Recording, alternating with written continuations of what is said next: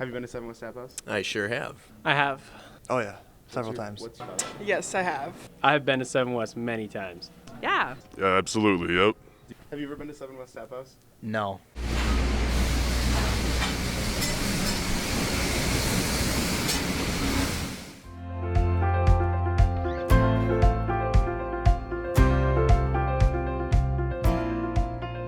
So 7 West was created, our partner group contains Grizzlies, Boulder Tap Houses, Milwaukee Burger Company. So we've already been doing, craft beer for many years. We kind of, in the Duluth market, we kind of changed it a little bit. You put a beer on and it would stay on for months, and we kind of changed that concept of rotating and with Grizzlies even. So we doubled our lines at those concepts, and it was working well for us. The main focus for 310 is actually a labor issue. We wanted to design a concept that was smaller, would take less staff, because the Grizzlies and the bigger restaurants, you have 20 to 30 people working at one time.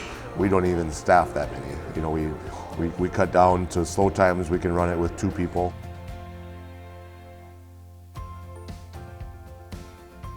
Well, like Rick knows too, we've both worked different concepts before for the same company. We've been working at the same company for a long time.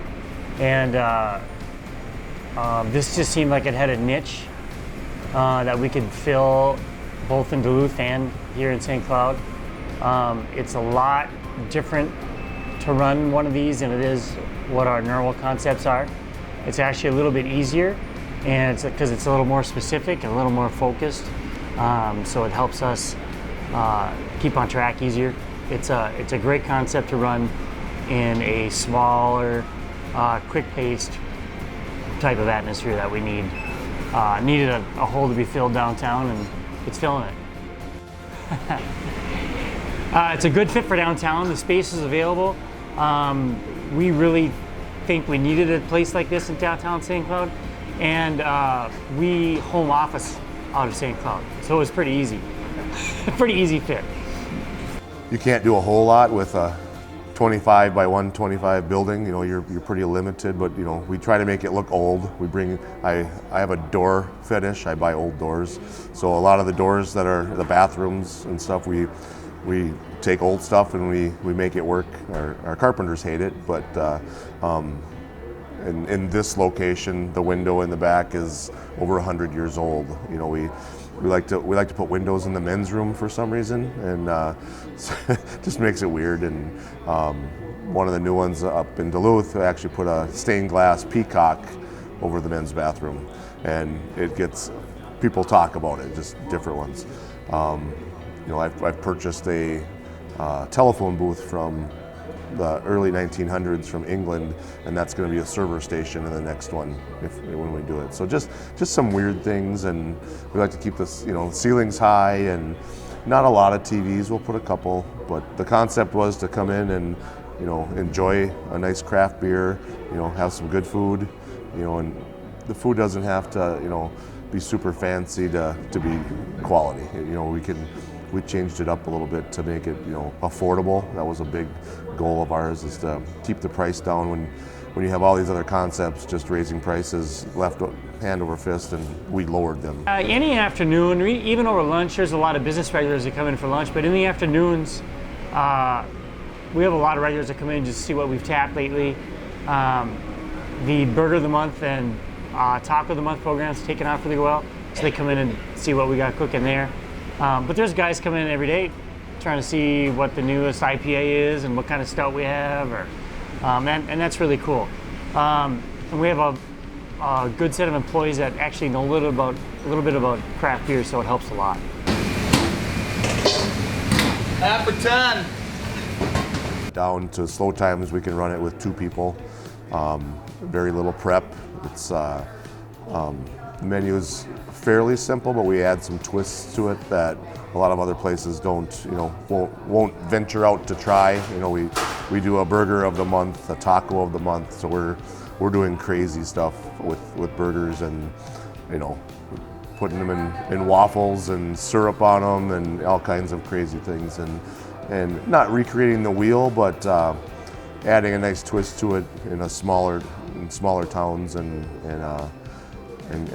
going for it. You know, not being afraid to try different things and experiment a little bit. And when we first started looking at the concept, you know, the best thing about our business is we get to do a lot of research, so we get to go eat and drink all over the country. So I was in Seattle looking at places, downtown Minneapolis, Fargo, you know, all kinds of different places that we were looking at.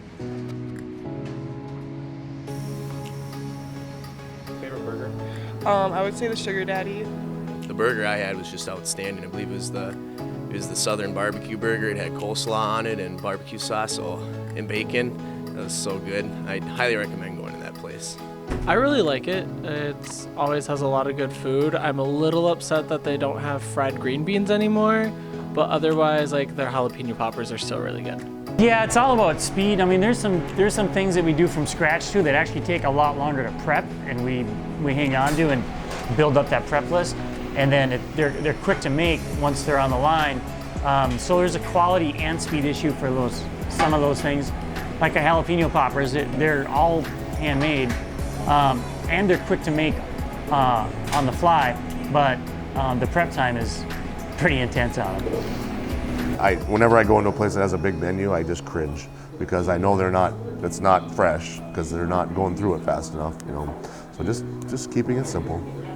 You know, it's in our onions, it's in our burgers. You know, we use it as much as possible. We'll make a sauce here and there. We'll do some pairings with different breweries, and they'll want, you know, a specialty burger or, you know, a side item that we'll create. But we've kept it so simple that we can only do certain things. You know, the smaller versions don't have a saute issue or area, so we don't have frying pans. We don't, you know, stuff like that. So we're very limited on how we can cook things. So Mankato now added a little bit more to their menu. So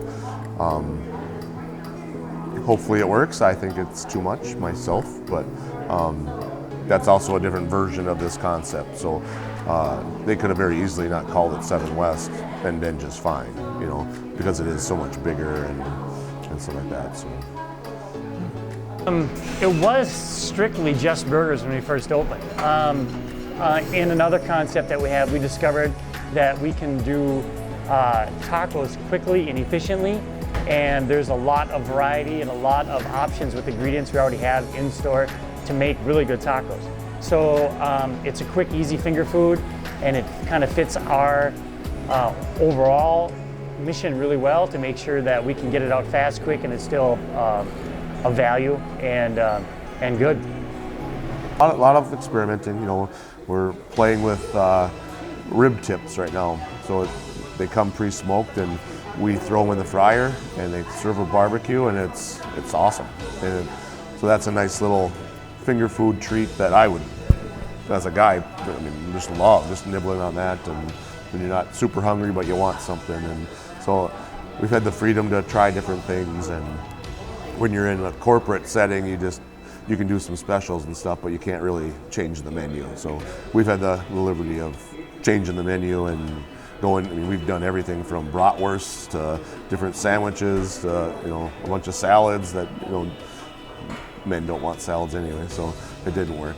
So yeah, it's been fun just trying different things, and I have a couple things that I look for. Is it's got to be fast, it's got to be a value. We don't want to, you know, charge $15 for something. We want to charge $4 and $5, $6. You know, you're not getting the huge portions, but you're getting a nice portion and it's affordable. You know, and that's our biggest compliment, is that people can come here and it's very affordable. I think drinks, these are really big into drinks. Like, they have such a wide variety. Monday nights is flight nights, so you can, like, really distinct between, like, what you kind of want to drink. And they have really good sours and ales and ciders. I really like their ciders a lot. So. Yeah, I do like IPAs, so Surly Furious is really good. Craft beer, obviously in the Duluth market, we have, you know, and a lot of breweries opening up. We have a lot of different. We already have kind of that culture, so we thought, and obviously me living here is Duluth was the obvious fit. Downtown Duluth had nothing like this. There's really not a place that's designated burgers, unless it's fast food. You really don't have that, and we're fast, so that's even better. So Duluth was a good fit because the craft beer market is exploding, and it's still growing here.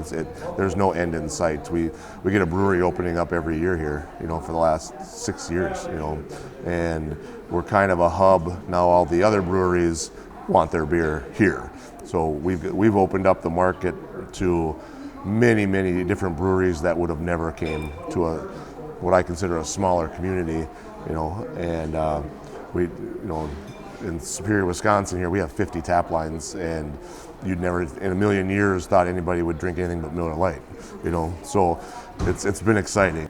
I like their ciders and their sours that they have. Not a lot of places have sour beers in St. Cloud, so it's kind of cool that they have that here. Favorite beer? I think it's a Lonely Blonde, I think it is, but they got a lot of good stuff, man. It's hard to choose sometimes, but I think that or it's something Hawaiian. I think those two are my favorite beers. Originally, we reached out a little bit, but we quickly got a reputation of being, with 50 tap lines, the word spreads. So those guys started coming to us after we opened. 2 or 3 of the big distributors in town carry a lot of craft beer. And then a lot of the smaller area craft beer places have come and talked to us. Like Bad Habit, who self-distributes. They're big fans of ours and us of them. So they made a point of making sure they get on here once in a while. Although they're so popular, they have trouble keeping enough craft beer around for us. But a lot of the local craft beer places are really proud to have us on. Beaver Island, for example, we only have 64 seats. We're Beaver Island's #1 account. So working together with these craft breweries has helped a lot.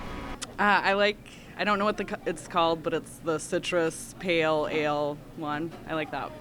Whatever's cheapest, probably just McGolden. It's on the store. A lot of the distributors are getting better at bringing beer now, and if they know they've got a 7 West in the area, they're bringing their unique stuff. If 4 kegs come to Duluth, I get 3 of them usually, no matter what they are, and one other location might get one of the other ones, but we get first picks. But we have some very quality managers that our GMs run our beer lines. They run our craft beer programs, and they do a phenomenal job researching. I mean, when they go on vacation, they go to breweries. That's their life. That's what they do. And it's exciting when they come back because now they've found all these different beers, and they go to these events and, oh yeah, we'll get it to Duluth, no problem, and they'll figure it out. They'll drive it up if they have to. We had a local brewery in Grand Rapids drove his beer here so we could sell it for him, just to get it started, get people the name. So they're looking for us now. Before we had to go look for them. Now they know what we're selling a ton of beer right now. So they're coming after us now, looking for us to, especially in the Duluth market. They want it in 7 West first. So. We're about to open another store in Mankato. We've been always on the lookout for different spots for smaller locations like this for 7 West, or larger locations for like Boulder Tap Houses or Grizzlies. We've been expanding on a regular basis the last couple of years at a pretty good pace. Well, we're looking at some more areas. Obviously the Twin Cities is a logical way to venture, but we'd like to get around it first before we go venture in there. So, we're looking. We're, the Bemidji's of the world, the Grand Rapids, towns like that. We've already done some research and checked out the markets. And what's interesting in our partner group is we have one partner who has partner in different areas. So you've got 3 groups looking for expanding. I would say the biggest secret is we keep it simple. We don't overthink things. We don't make food items that are very super difficult for the staff, and we don't try to execute things that are unrealistic. We just try to stay the course and keep it simple, and and keep the value there and keep the quality there.